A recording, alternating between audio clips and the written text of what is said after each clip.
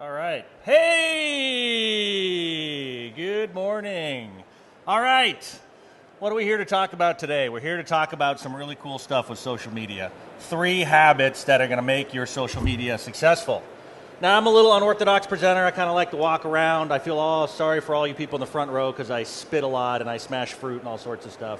But that's okay. That's to keep you awake, right? Now, duplicate slide. Really cool. Before we talk about social media, though, because I have this other word in the title, digital presence, I want to go over that just for a second. I want to help you guys understand what social media means to that and what the heck a digital presence is. And yes, I am your token Yank, probably for the presentation for the entire conference, here from Phoenix, Arizona, where it's really warm, and here where it's really cold. Before we can talk about social media, we got to set the stage, right? So 2 things I want to talk about. One is digital presence.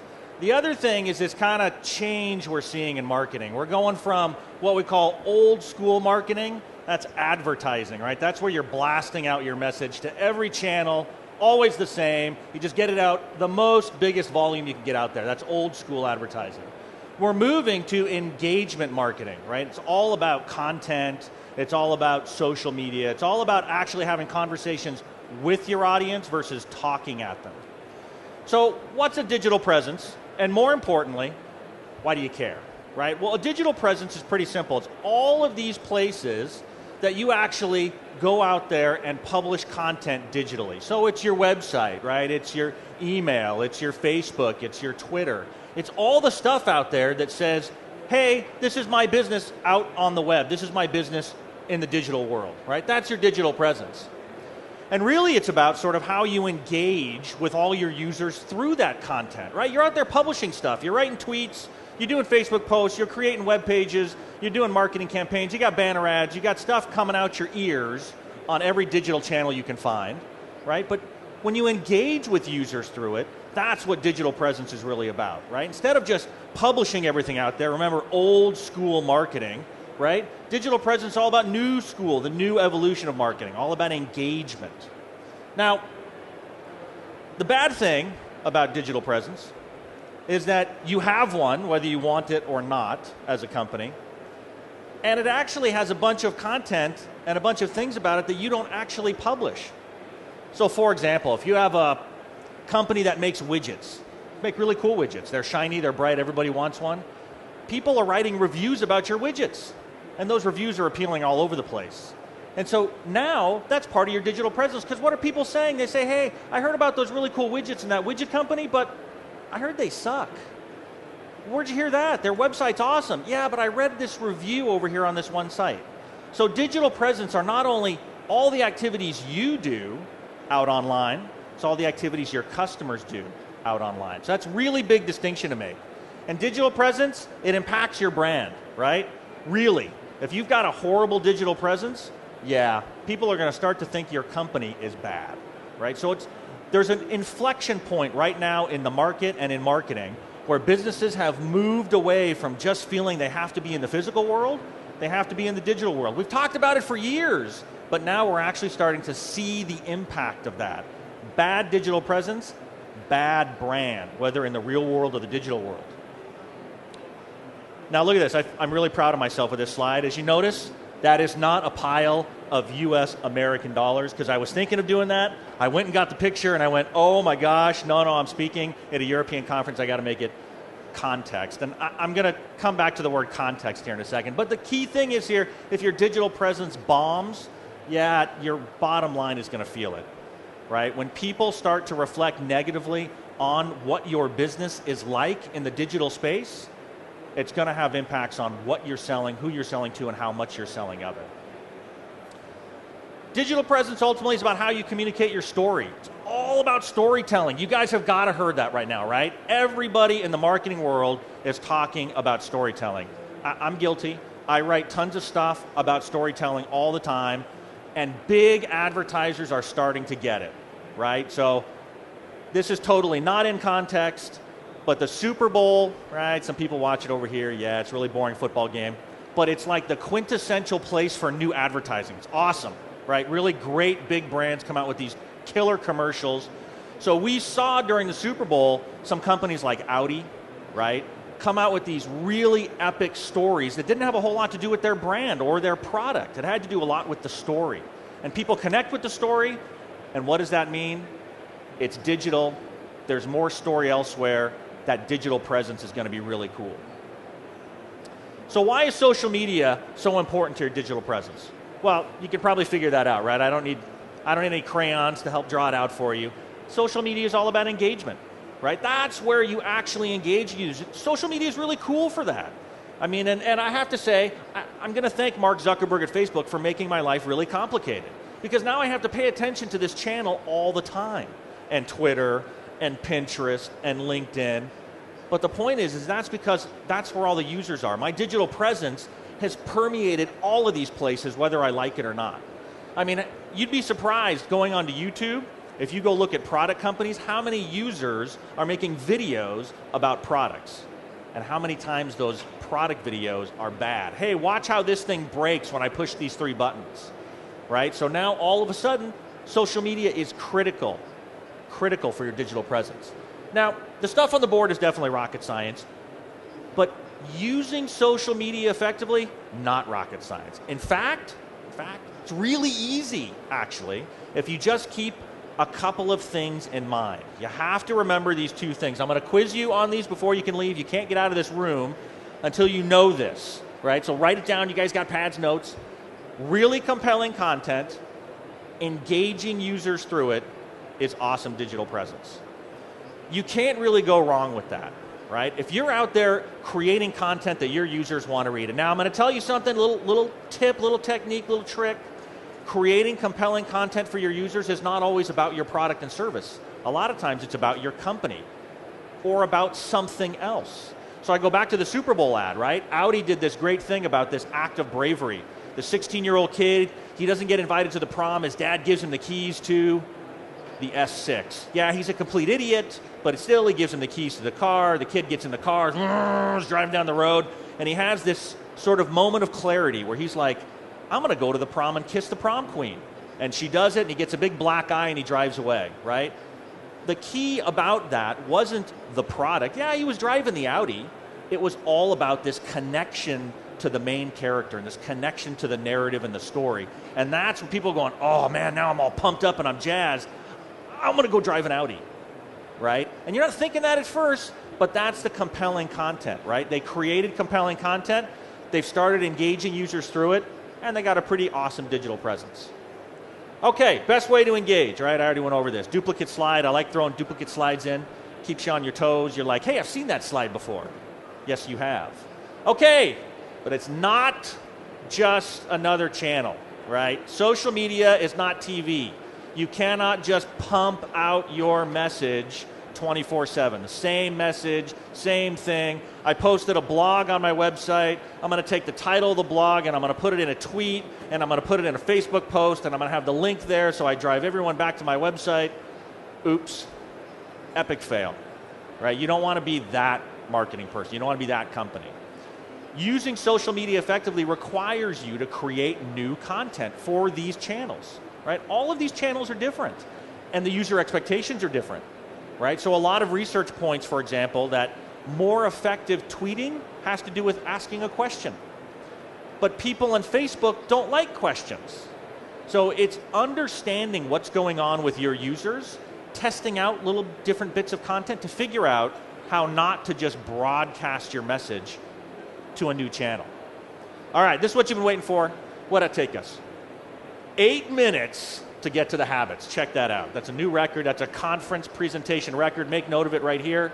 We got to the meat of the presentation in 8 minutes.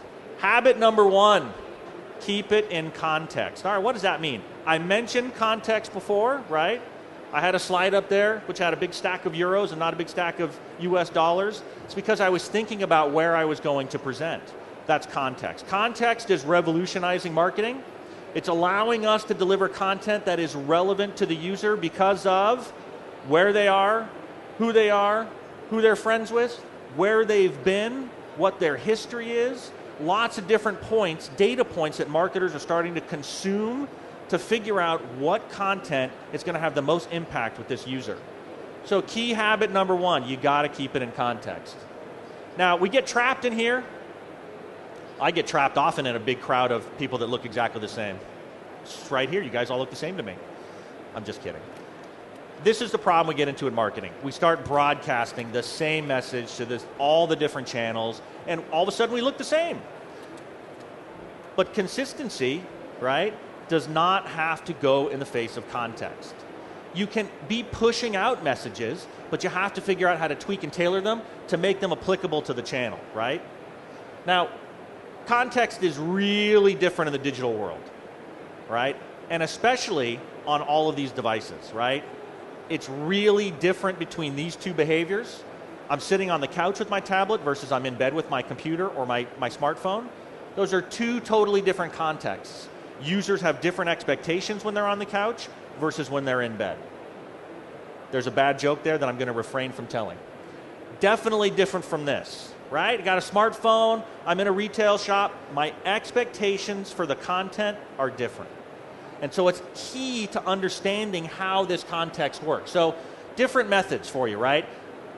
I apologize, this is one of the only few slides that actually has bullet points on it. I hate bullet points.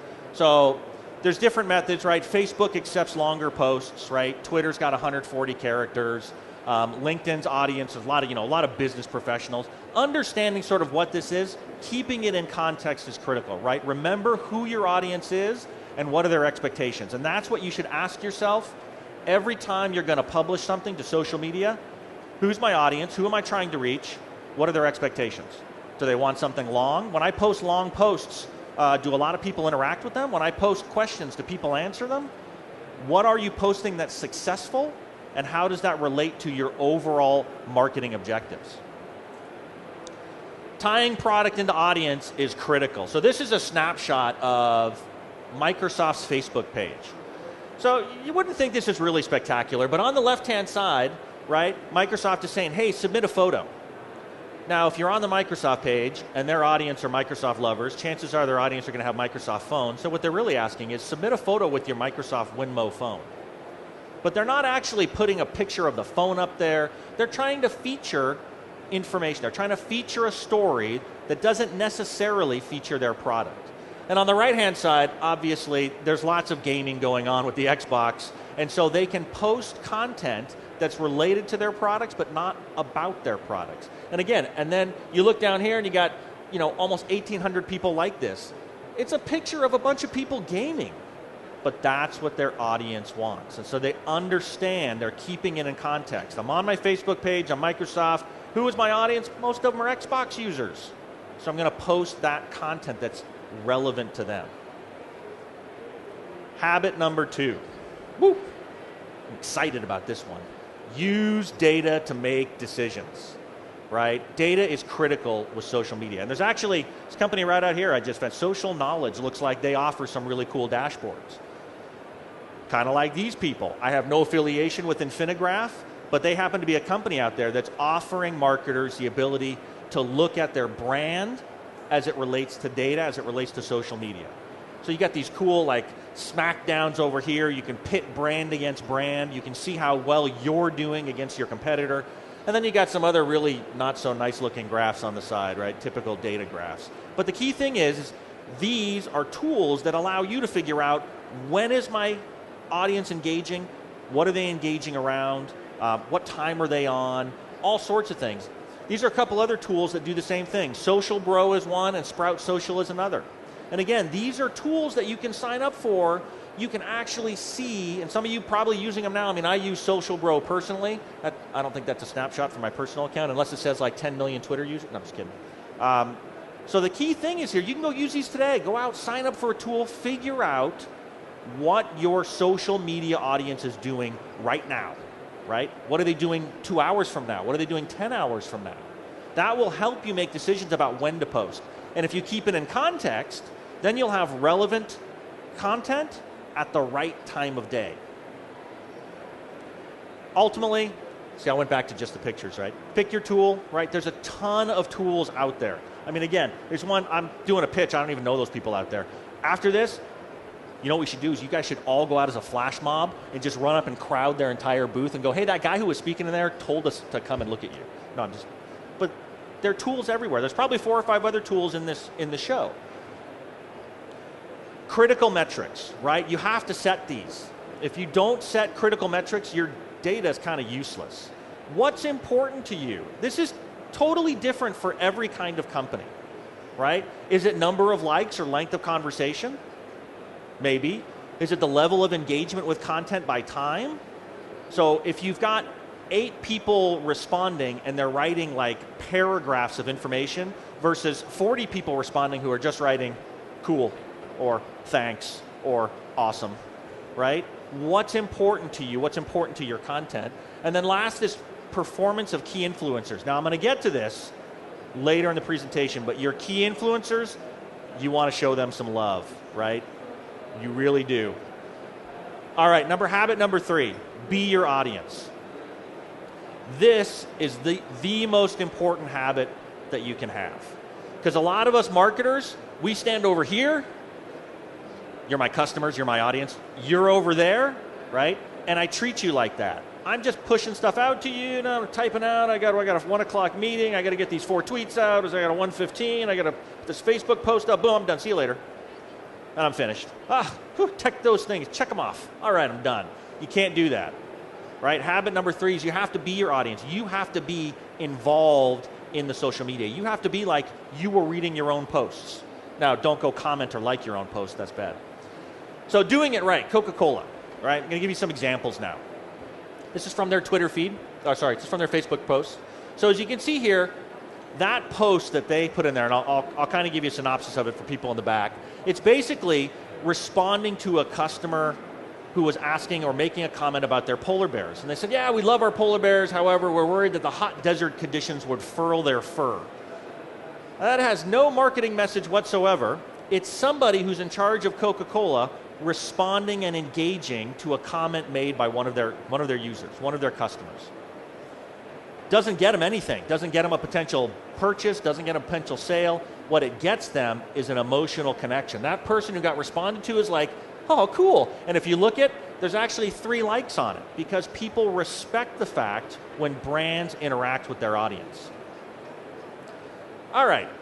Now, of course, I got to make it contextual. I'm in the UK, so I got to rag on British Airways a little bit. All right? This is an example of what, hey, I didn't put a red box around this, sorry. This is an example of what not to do, right? This is not being your audience when you're using Facebook as your customer service channel. So the only replies that I really saw from British Airways, and it was only about 1 comment every 5 or 6 posts, was responding to somebody who was complaining about bad customer service. Oh, we're so sorry, bummer you're experiencing delays, I'll get to you right away. Well, what's the point of that, right? You're not setting up your social media just for your users to connect with each other. You're setting up social media for you to engage with your users. British Airways is not doing that well. Coca-Cola is doing that well. You can't engage if you are observing. Okay? Stop being an anthropologist. Right? It's a really cool word. I like that. Right? You can't sit on the sidelines and just watch. I got 87 likes. Ooh, there's 4 people commenting. Okay, jump in. Jump into the conversation. Be your audience. Right? Get in there and engage with them. I love this one. Get plugged in. Right? So many times I talk to marketers at big media companies and they are not plugged in. They're just doing this as a job, as a channel. They don't really feel engaged with their audience. And that's bad, right? That's really not going to help you long-term use social media effectively. You've got to feel like you're one of your audience. You've got to feel like you're writing your posts and your tweets and your LinkedIn updates for you, all right? That's the key difference. So now I'm going to rag on Coca-Cola a little bit, all right? So doing it wrong on Twitter, right? Obviously Facebook, different. Twitter, different. They seem the same sometimes, but they're not. The expectations that users have are fundamentally different. So here you've got Coca-Cola is just using Twitter to distribute messages. So it's just a channel. So I'm going to get this out here. I'm going to get this like happiness, this kindness everlasting. Not too late to brighten someone's day. Oh, these are cute. How meaningful are they to people, right? Where's the engagement? Look at McDonald's. McDonald's is actually engaging with their users. And you can see that. Wait. Laser pointer. It's this interactive presentation now. Look right there. Woo! See, they're talking and they're using other people in there, so they're responding and retweeting. They're actually engaging in conversation. That means that somebody is actively watching the Twitter feed to find out when people are mentioning or retweeting McDonald's information. And again, that's being their audience, right? They're interested and they're part of that. And what would they do? If they were interested in a brand, well, they would retweet the messages too. Oh, well, people are doing that. I should probably go pay attention to who's retweeting me. Oh, get out of here. I just slipped this one in here. Bonus habit. Woo! You thought you were only getting 3. You thought you were coming to this presentation to get 3 habits. I'm giving you 4. So you can thank me later. All right, I mentioned this a little bit like before. I talked about your influencers. Who are your influencers? Well, that's fairly easy to find out, especially in social media. You can just find out who is responsible for liking, commenting on, sharing, retweeting, mentioning your brand the most. Those are your influencers. And really using social media effectively to carry your message is all about targeting them specifically. You have to engage with them specifically. So first of all, you have to go find them, right? Remember those tools we talked about, right? The social knowledge tools of the world. You can use them to go find who your influencers are.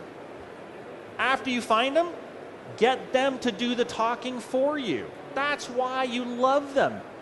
Give them stuff. Give them kudos. Mention them. Mention them in blog posts, right?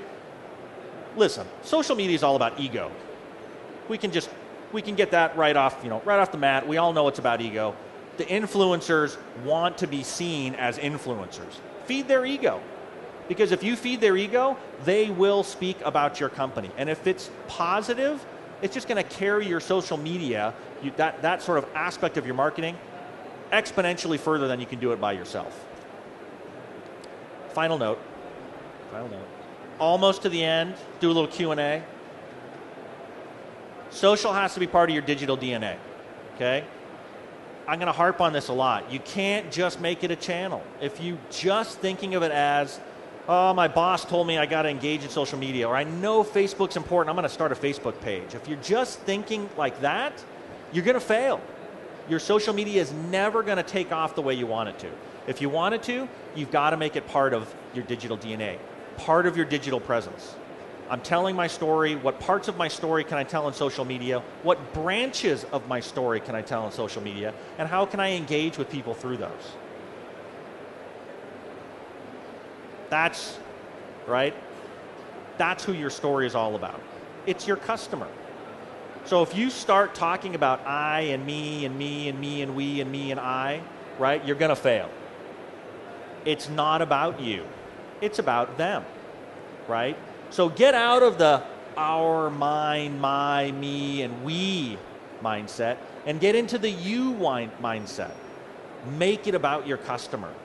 Write posts, write tweets, write content that speaks to them, right? Remember, be your audience. How much do you like it when you read stuff that's all about I, me, and me, and me, and me, right? It's boring. Speak to me. Tell me what you can do for me, right? Use the you. Critical stuff as you start to write more stories. All right. Woo. Okay. Thank you.